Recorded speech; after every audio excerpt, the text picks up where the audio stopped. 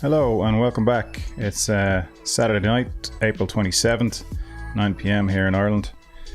And yeah, the evenings, we're starting to get as we say here, a grand stretch in the evenings. It's getting brighter and brighter every week that I do this as we head into the summer. So we're getting close.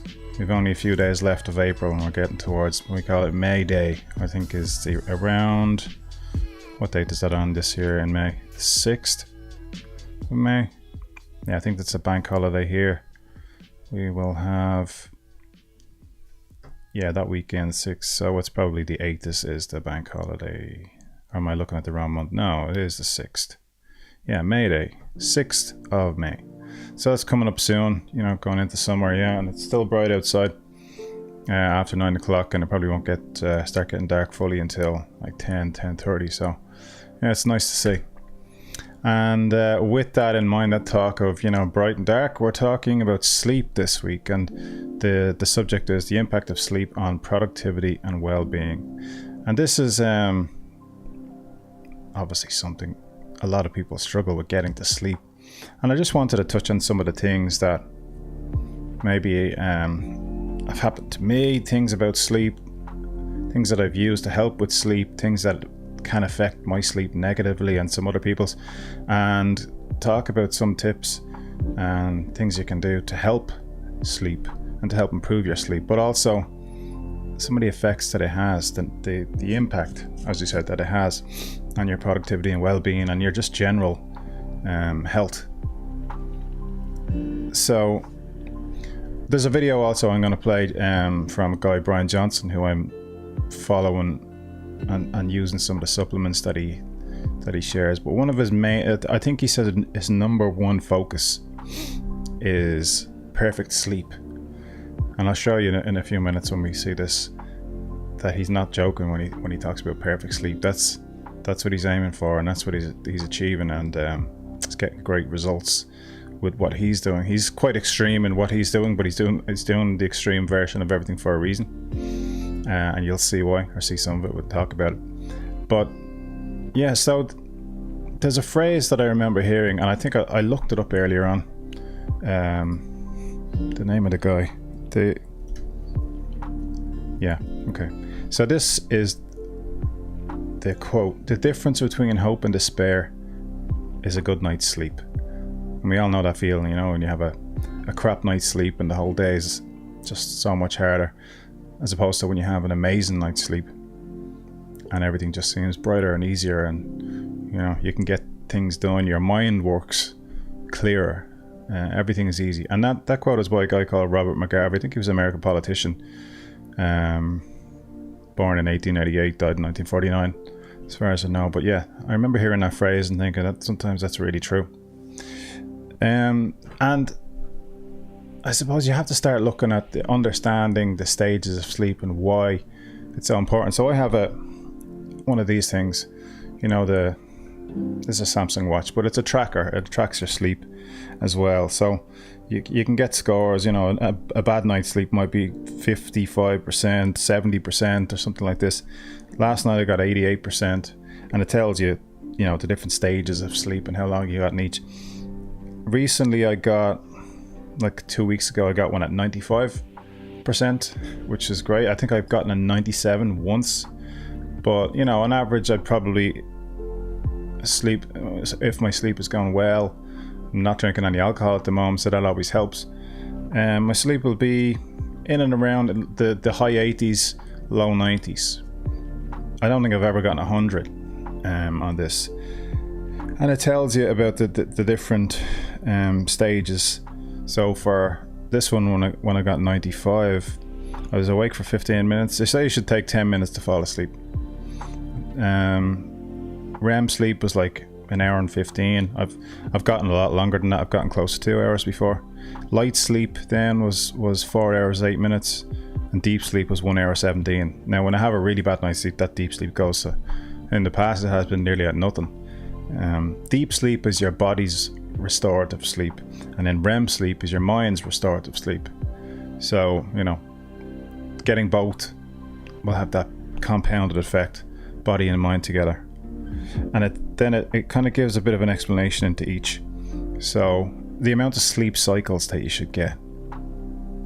So the number of sleep cycles, and a sleep cycle takes about 90 minutes on average, roughly around 90 minutes. And you should get, according to this, somewhere between 3 and 6. The average is probably 4. As you sleep, your brain and body follow a predictable cycle through the different stages of sleep. If you don't get enough of these sleep cycles, you may not get the physical or mental recovery you need, and you might feel the result the next day. Most adults have 4 to 5 sleep cycles during a typical night of sleep. Getting too few or too many will lower your sleep score. So yeah, actually sleeping in too long has a negative effect on the sleep score.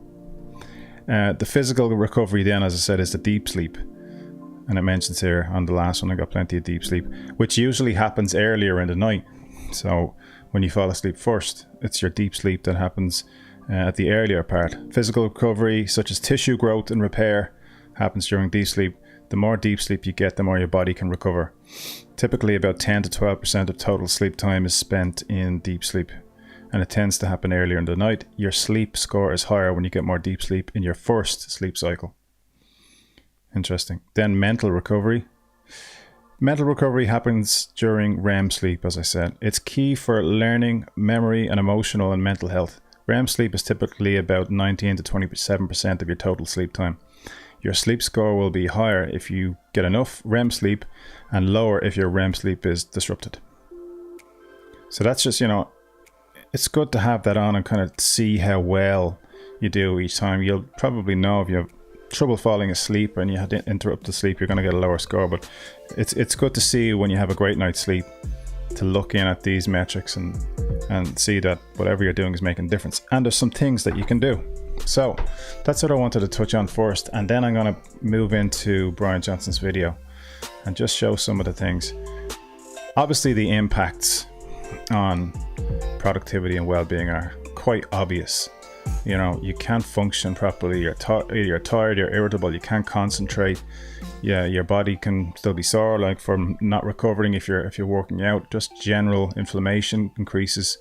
It really is a snowball effect in a negative direction, and long-term disruption of sleep, is not beneficial to anybody. So what can you do? What are some of the things you can do? Well, here's one blog that I kind of had a look through, and yeah, they are useful things. So the first one, 7 tips for better sleep. Support your circadian rhythm. So your circadian rhythm is your natural, your body's internal clock, or the rhythm of your body's internal clock, controlling changes, hormones, body temperature, blood pressure, and other aspects of the sleep-wake cycle. So it says, as often as possible, keep bedtimes and wake times consistent, even on days off. Falling asleep at the same time, going to bed at the same time, waking up at the same time. That gives your brain and your body and your circadian rhythm a chance to, lock that in and make it easier for you to fall asleep. Choose a bedtime when you're naturally tired. Everyone has their own, rhythm of when that is for them.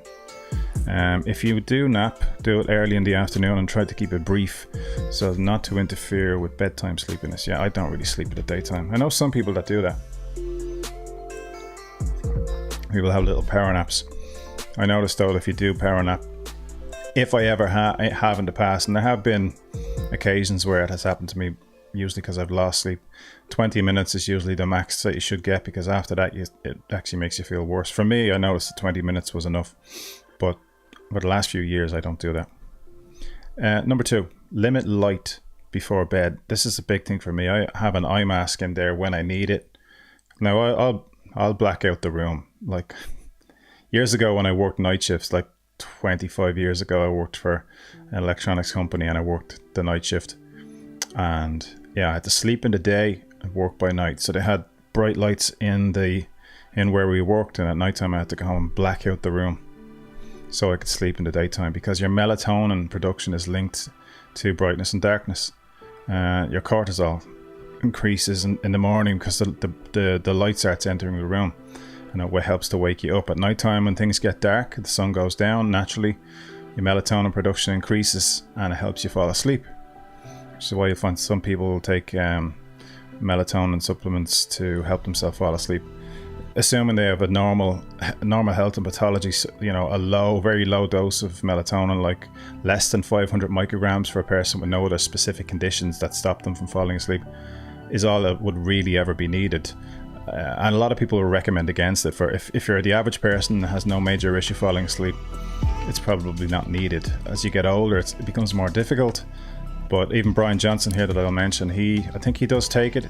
And again, you'll get tablets that might have 10 milligrams of melatonin in or something like this. He takes less than, I think he takes 300 micrograms.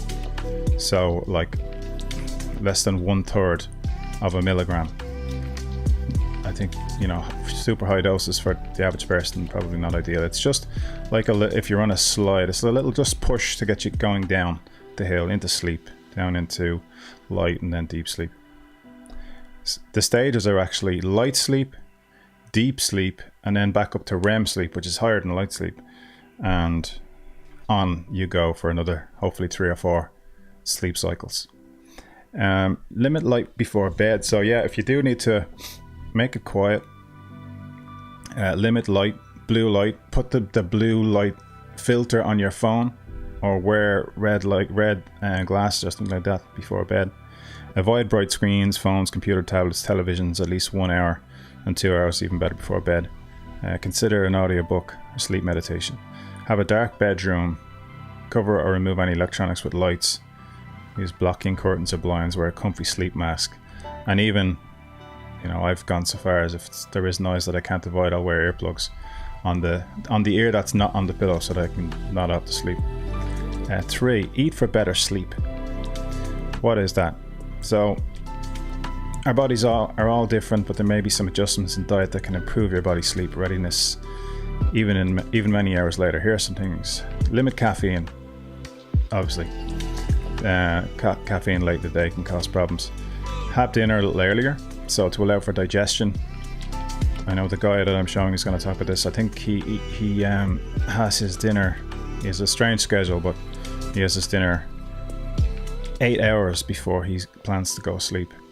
So he eats nothing for 8 hours up to sleep time. Keep well hydrated during the day, but don't have too much water before bed. Obviously, that's going to wake you up to use the bathroom. Experiment with having small, grounding, easy to digest snack before bed, like coconut oil, banana, warm nut milk with honey, cinnamon, nutmeg. Okay. Exercise. So exercise for better sleep.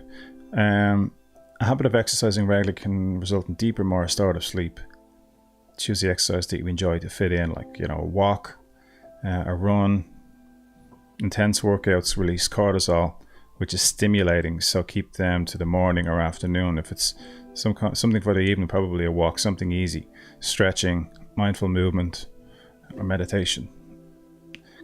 Number 5, create a relaxing sleep environment. That's what we said. So limiting unnatural light in our sleep spaces is a good environmental change that will help. If you're stimulated by stress or stressed by clutter, aim to have a tidy room. Yeah, use earplugs if you're sensitive to sound and there is noise that you can't avoid. Use a sleep mindfulness app. Aromatherapy can help for relaxation. Ensure your bedroom is a comfortable temperature, so not too hot, not too cold. Otherwise, that will wake you. Meditation. So regular meditation practice, and no matter how brief, you know, as kind of a wind down routine, even before bed, can help to get you relaxed before bed and ready. I know some people's minds race, and I'll talk about a couple of things that you can add on here as well to kind of help with that. Meditation, well, you can look into your own versions of that and guided meditations, etc. The next one is have a wind down ritual. So what will that mean? Have a bath or shower, listening to sleep story, doing a meditation, a wind down calm body session, so or walk, listen to relaxing music, drink decaffeinated drinks before bed, something relaxing, chamomile, coconut oil, small nourishing snack, nothing too heavy. Reading before bed can help. Journaling or making a reading to-do list. breathing exercises, aromatherapy or sleep mist, oils, are running through a mental gratitude list. That's interesting. Then there are a few obvious things that we all know, like you'll have heard them before. Supplements for bed, like valerian root is one, chamomile tea, green tea perhaps. There are some other things that I would use during the day. Ashwagandha is one that can be useful and aid in sleep. Magnesium, there are different forms of magnesium, so you have to look into which one is best for sleep. But there are some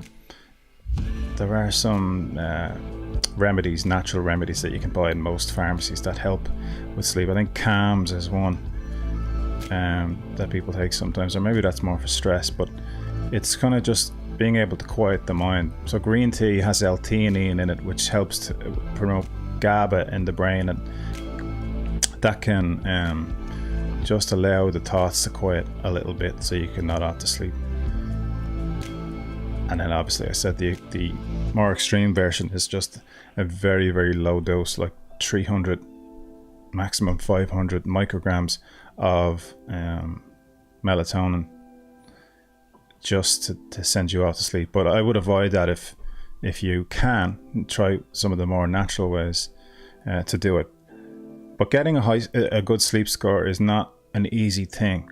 So that's why I wanted to touch on this video from Bryan Johnson. And I mentioned him before. He's a tech CEO in America. He had a couple of companies that he started with, Braintree, Venmo, and he sold one to I think that was one of those merged, so maybe it's the same thing, I can't remember.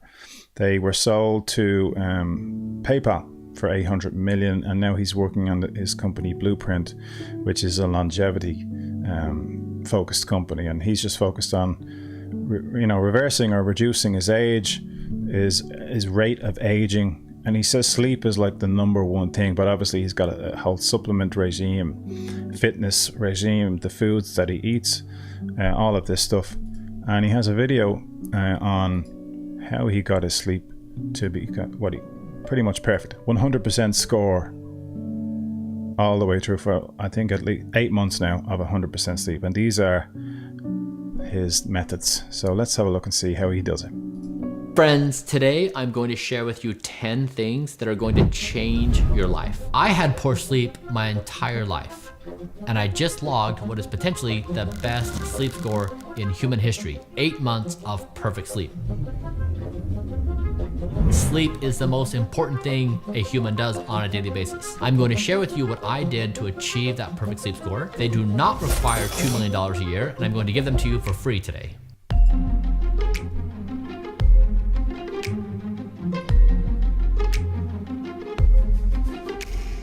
All right, what I've done to make this easy for you is I've listed out the 10 levels and 7 days of the week. So tape this on the bathroom mirror or in your bedroom and put a star by each day you accomplish a task. When you achieve level 10, send me a note and tell me you've become a professional sleeper. Now I know that sleep doesn't solve all things, but it helps me feel well enough and full of energy that I want to do everything else that's good for me. All right, number one is identify as a professional sleeper. Currently, grind culture is the dominant way of understanding sleep, which is you don't need a lot of it, and you're actually weak if you get it. Money never sleeps, pal. That's foolish. Don't do that. The wise thing to do is to make sleep your number one priority. You will feel better, you will look better, and everything in life will be easier. Level 2 is to have a consistent bedtime. This is really important because you're telling your body, we do sleep at this time every day. So you can make adjustments in your life. Have dinner earlier, plan earlier, put it on your schedule. Think of this as your most important meeting of the day. When you show up to work on time or have meetings with your friends, if you're even 5 minutes late, you apologize. Don't disappoint yourself and show up on time. In my family, when bedtime arrives, Talmadge and I will stop whatever we're doing and run to our bedtimes. We do this tongue in cheek. It's funny because we're saying to each other, we respect bedtime in this family. We know we're going to be better family members with each other if we get our sleep. For my bedtime, I've chosen 8:30. I love the morning time, especially the 4 hours of time I have all by myself. Yeah, so, you know, adjusted accordingly, because he gets up quite early. So I think he said he goes to bed at 8:30 here. He wakes up like between 4:30 and 5 a.m. He works out, he has breakfast at some point, and his dinner will be at 11 a.m., giving him at least 8 hours of digestion time before he goes to sleep, which is one of the things that he said is important for his routine. So yeah, I would tend to not go to bed till midnight. I'm kind of waking up anywhere between 7 and 8, so sometimes I go a bit later and still have to wake up. So yeah, trying to get the 8 hours is hard, but whatever works for you. Just trying to improve that sleep score. No one's calling me, no one's messaging me. I have it all to myself, so I really like to go to bed at 8:30, then I have the morning wide open. That said, you do you. If you're a night owl and you prefer to go to bed later, that's okay. Just choose your bedtime and be consistent. Level 3 is have a wind down routine. I know from personal experience that when I go to bed and I'm thinking about the day's problems or some opportunity, anything that's on my mind, if my head hits a pillow all night long, I'll just think about it. So what I do now is sleep Bryan enters the equation 30 to 60 minutes before bedtime. And if an incoming thought says, oh, you should be worried about this, or you should think about that, Sleep Bryan says, thank you for the suggestion. Sleep mode is now engaged.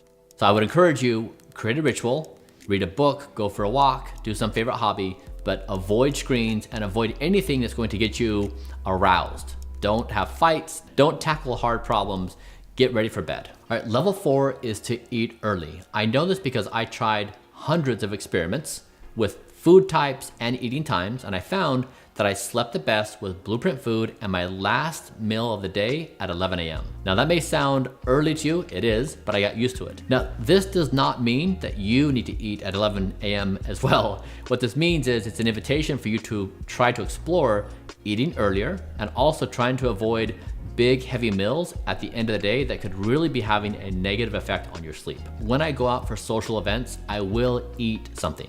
Sometimes I try to find a light food like steamed vegetables or something like that, because having a plate in front of me with food makes everyone feel comfortable. If I don't have it, then everyone's like, why are you not eating? And it's a whole thing. So I really try to blend in to avoid creating chaos in social situations. All right, level 5 is hopefully an obvious one. You want to avoid stimulants or anything that's going to disrupt your sleep. That includes alcohol and caffeine. I know personally, if I drink any alcohol in the latter part of the day, my deep sleep is going to be about 80% less. It just decimates my sleep. So I now have no alcohol. Then of course, caffeine, we metabolize caffeine at different speeds, but I've stopped all caffeine as well. It really has helped me improve my sleep. So just for you to consider that these things may potentially be degrading your quality of sleep, and to be mindful of what you consume and when you consume it. Level 6 is regulate light in the evening. So a few things for you to keep in mind is I have an app on my computer, Flux, F-L-U-X. It eliminates blue light from the screen. 2 is if I'm watching a movie with friends, I'll put on a pair of blue light blocking glasses. Sorbet? Do you want a bite? I'm on a diet, but thank you. My room is entirely blacked out with curtains, and if I'm traveling, I will wear a mask. And so you're trying to avoid light that is going to otherwise disrupt your sleep, and just be mindful. Probably the most important thing here is just try to eliminate screens in that downtime before bed. Level 7 is to maintain an ideal temperature for your sleep. Now I think Goldilocks got this right. Not too hot, not too cold. You, of course, we can say specific numbers, but everyone's different. And so more important is, either it being too hot or too cold is going to create suboptimal sleep. And there's also considerations with a partner and other members in the family. So just be mindful that you don't want to be in either one of the extremes. So for my own personal temperature control, I use an 8 sleep mattress. And during my deep sleep, it's down to 71 Fahrenheit. And then during my REM, it's up to 73. Consider changing your thermostat or aircon settings, experimenting with different types of bedding, and opening doors for increased airflow. Level 8 is creating a peaceful sleep environment for you, for your family, for your children. Now I have 3 kids. If I could travel back in time, I would sit everyone down and say, we are a sleep family. And here are the rules of how we do sleep. We go to bed on time. We never get up at night. We never wake anyone up unless we feel like our life is being threatened. You're doing them a favor and you're setting them up with good habits that will endure throughout their life. But also other things. One of my neighbors has barking dogs. So I called her and she was more than willing to say, I understand your bedtime is at 8:30, so after 8:30, I will make sure they're in the home, in their kettles. Very considerate. So you can do things with neighbors, with partners, with friends. Don't feel shy in asking. Oftentimes it makes a better environment for everybody. Now, one more thing to mention is for my sleep environment, I do nothing in my bedroom except for sleep. I don't read in there, I don't watch movies, I don't hang out. It's for sleep because I'm telling my body, when you get into this position, your objective is sleep. And if you're doing things all day, then your body can get confused. So it's really important to have a dedicated sleep environment. It will improve the quality of your sleep. And there's one more thing, which may be a little bit controversial, is if you can sleep alone, you may want to consider it. My wife said, no, not here, Buck. It's pretty hard to synchronize the sleep routines and preferences of two people, and there can be a lot of wake events between the two. So if it's a possibility and you can have that conversation, you may want to strongly consider sleeping independently because it may yield higher quality sleep for both of you. Level 9 is light. The first thing I do in the morning, I wake up around 5:30 naturally every day, is I turn on 10,000 lux and I do that for a few minutes. It tells my body, you're awake, the day's beginning. It helps with mood, it helps with energy. And again, it tells the body, we get up at this time and now we're up. It's so important to tell your body exactly when to go to bed and when to wake up, and you start having these compounded benefits as you repeat these behaviors continually. I think that's why, in large part, I was able to achieve an 8-month perfect sleep score, is I was able to tune my body so well that it knew exactly what to expect every single day. Now, if you don't wake up at 5 or 5:30, or you have a preference to go outside, please do so. The sunlight is great. I too enjoy the sunlight. I typically try to avoid the times of day between 10 a.m. and 4 p.m.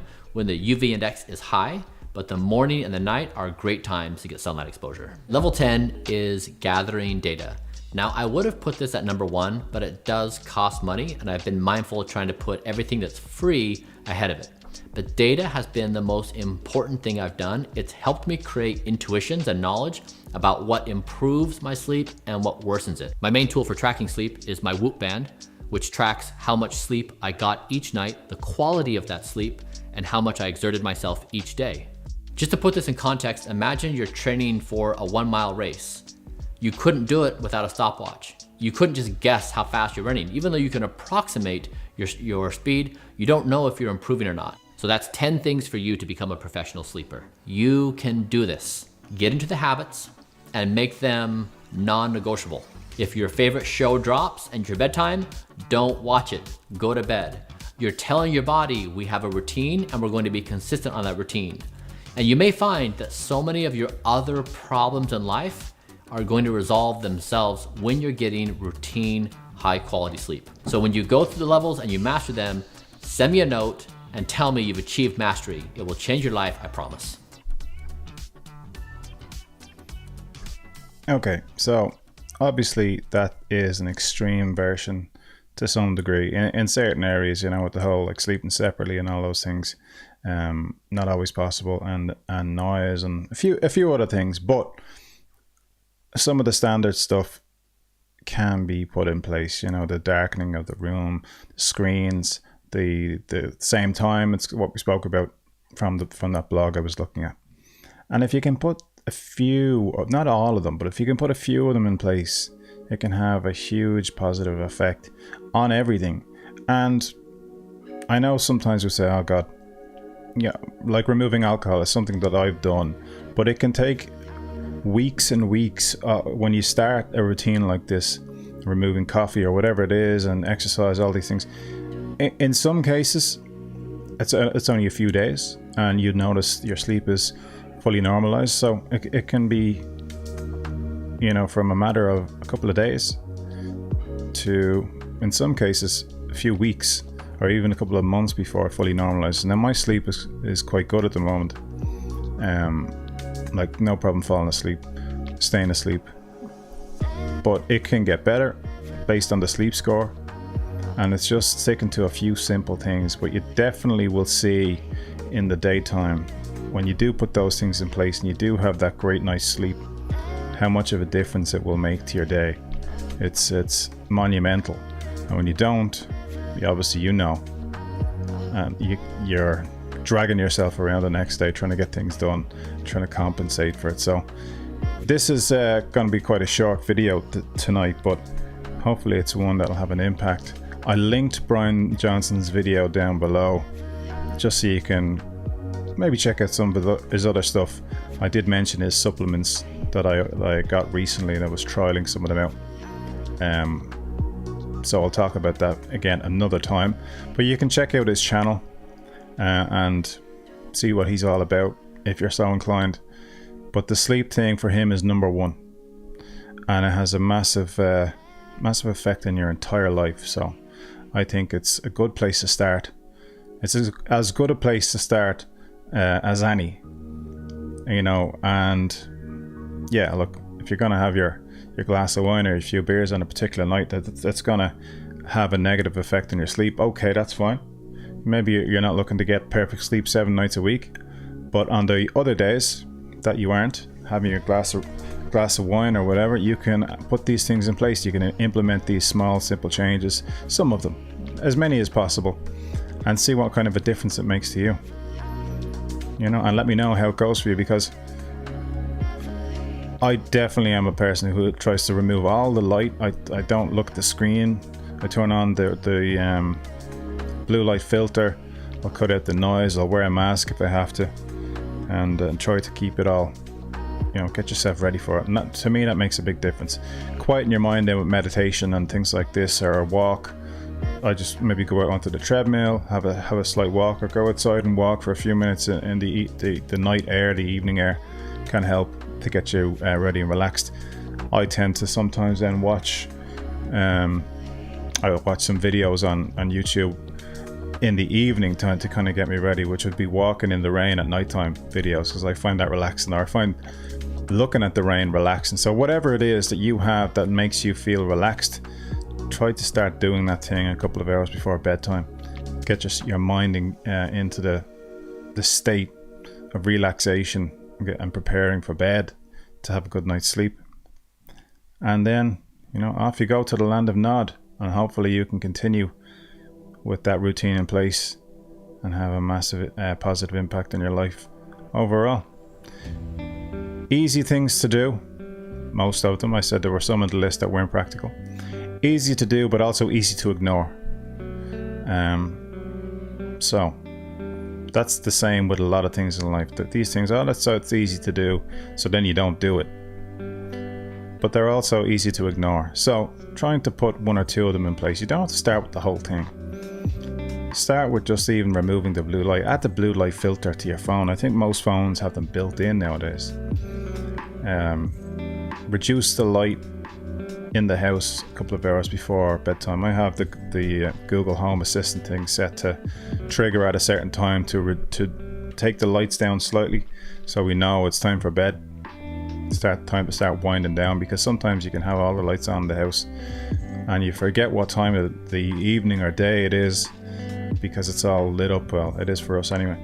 So I have this now set to trigger and give an indication that it's time for bed. So that routine, if you can set it, no matter what point you are at in your life, you can always add something to improve. And if you can get your sleep to a better place like that with any of those tips, I think you'll find it'll make a great difference to you. So give it a shot, let me know. And if there's anything that I haven't mentioned there that could improve sleep, because we all know somebody that has issues falling asleep, and you know, all that information, you might have something that we didn't discuss here that can help them. So add a comment down below, let me know what it is. And if you have any other tips, tricks, pointers, or otherwise, you know, do share, because there's always someone out there that needs it. And a lot of people fall asleep watching videos as well. For me, if I do that, it's a dark screen video, like with some rain, and I put the brightness to the screen all the way down. If you're somebody that has to fall asleep to a video, just again, add the blue light filter, turn the brightness down, that'll help,